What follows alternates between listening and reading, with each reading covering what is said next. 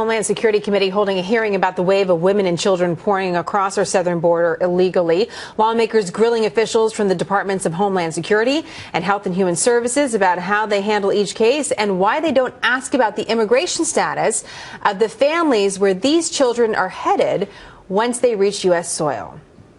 Why do you not ask that question of those people with whom you're placing these children?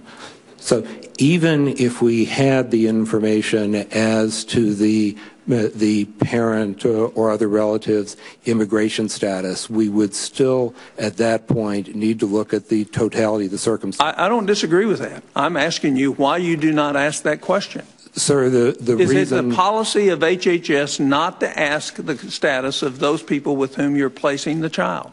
We do not specifically inquire as to the immigration status. Is that the policy of HHS of this country? Yes, it is. Right, that is the case. Yes. Michael Warren is staff writer for the Weekly Standard. Wesley Lowery is a political reporter for the Washington Post. An interesting exchange there, especially when the president has now asked Congress for $3.7 billion to support a plan at the border to deal with this crisis. Wes, you had an interesting article in the Washington Post where you described the path forward for the president with Congress as very tough. Walk us through what that path actually looks like. Will it get anywhere, this request? You know, everyone's talking very cautiously about it right now, but it is a very, very tough path forward. I mean, obviously right now with the division between President Obama as well as the Republican members of the House, it's a tough path forward for anything, much less legislation on immigration and funding for immigration. So when you talk to Republican lawmakers, most of them aren't convinced that this money would actually solve the problem. They think it would help, but what they would like to see the president do is first make the alteration to the 2008 law that determines that these children coming from Honduras and El Salvador and Guatemala, they're treated differently than children, say, who are coming from Mexico. A change to that law might help them be able to deport these children more quickly and not have to hold them for as long. And so, again, there seems to be a lot of skepticism on the Hill of if this money, which is a lot of money to ask for right before the midterms anyway, there's some skepticism about if that would even solve this problem. Well, one wonders, Mike, if there's going to be any sort of horse trading for this. Maybe not the 3.7, but Republicans certainly have talked a lot about border security. In fact, on the front page of FoxNews.com, there was a big question about building a fence. Again, if that comes up back into the conversation, do you think there could be some back and forth, some negotiation where there would be some funds in exchange for a policy change? I think there could be. I mean, I do think that Wes's reporting is pretty sound, but I'm also hearing from House Republicans that there's a real push among the leadership and particularly Hal Rogers on the Appropriations Committee and Kay Granger, who's on one of those subcommittees, to come up with something that maybe the House could pass, maybe have some more border agents added. But a lot of the enforcement hawks within the Republican Party say that's sort of the wrong way to go about this, that adding more people to the border doesn't really solve the problem, because a lot of these kids are rushing right into the arms of border agents because that's where they can, they are told they can receive asylum from. So I think there's a lot of skepticism among Republicans, as Wes said, that $3.7 billion, which when you add it all up is about $71,000 per unaccompanied minor who's crossed the border, that's not really doing anything, and it's also too expensive. Well, one of the things Judge Napolitano said on our show yesterday, Wes, is that any amount of money really wouldn't be enough, because at the end of the day, you're dealing with a growing problem, and it really comes down to policy, legislation, and laws. So, again, looking back at your reporting, do you see a push for real policy change from the administration? Because the Associated Press was saying that they're backing off that in exchange for saying we'd like more funds.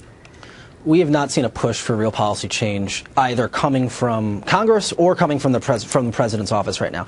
That's not what we've seen. That's not what we've heard. We've talked about money for more border agents, for more security of the border, as well as for more detention facilities and to pay for more judges to go down and have these hearings.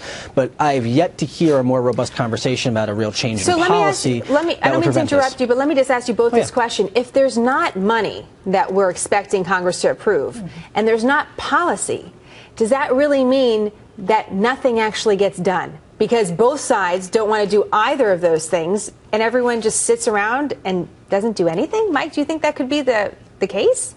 I think that perfectly characterizes all of immigration politics in this country. There is a real divide among the parties and even within the parties about what to do about immigration. And I think you're seeing that play out in this particular instance. But does it need to be about immigration overall, Mike? Does it have to be about immigration reform, or can it just be about solving this immediate issue at the border? Why is there a hesitation just to solve the immediate problem?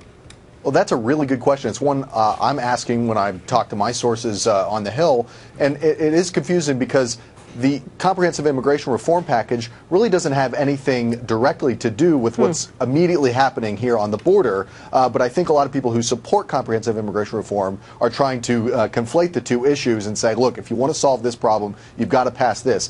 I don't think they've really made a case for that, and I think ultimately you've just got an issue here where the politics are so divisive and so people are so divided on it that you've got to have somebody who steps up and says, a leader, maybe even the President of the United States, who says, all right, I understand this is complex, here's what I'm actually going to do about it. We just haven't heard that from the President. Wes, I'm just curious, your final thought from you on this. Do you see anyone on the Hill willing to make that stand? Do you see the President doing that? He's not visiting the border when he's down in Texas.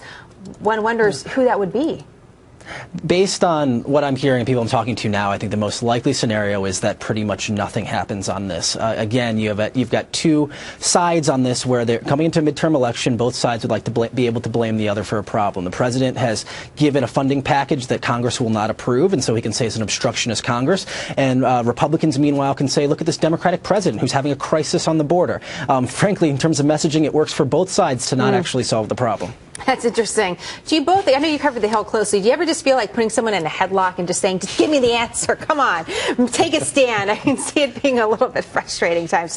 You don't need to answer that, guys. I'm not Get out of my imagination, Jenna. That's It is frustrating to hear, but you lay out both sides great. We're glad to have you always, Wes and Mike. Thank you very much.